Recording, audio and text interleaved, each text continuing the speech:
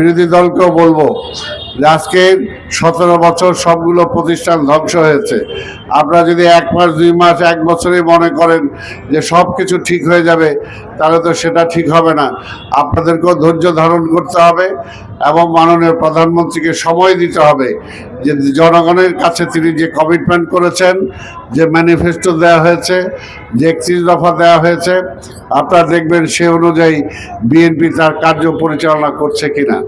তারপরে যদি না হয়, তারপরে তো আপনারা সেটা সমালোচনা করতেই পারবেন। সমালোচনা করা আপনাদের পক্ষে সম্ভব। তো সেই কারণেই বলবো যে আজকে দেশটাকে আমাদের একটা পর্যায়ে নিয়ে আসতে হবে, একটা সুশৃঙ্খল পর্যায়ে নিয়ে আনতে হবে। এই কারণে সময় দরকার এবং আমরা বিশ্বাস করি এই দেশের মানুষ সেই সময়টা আমাদের নেতা মাননীয় প্রধানমন্ত্রী তারেক রহমানকে দেবে।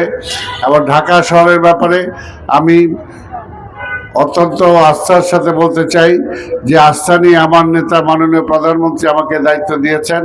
আমি চেষ্টা করব ঢাকা শহরে যে নাগরিক যে সুযোগ সুবিধা, যে সমস্ত সমস্যা আছে সেগুলো সমাধান করার জন্য।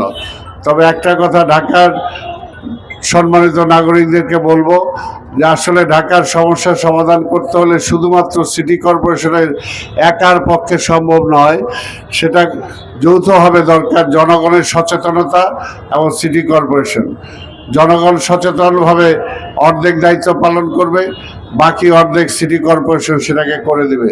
আজকে আপনাদের বলতে চাই, বৃষ্টি বাদলের দিন আসতেছে। এর আগে থেকেই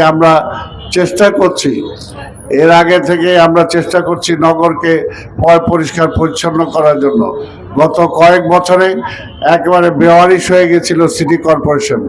মনে হয় যে এটার কোনো মালিক ছিল না, এমন একটা অবস্থায় চলে গিয়েছিল।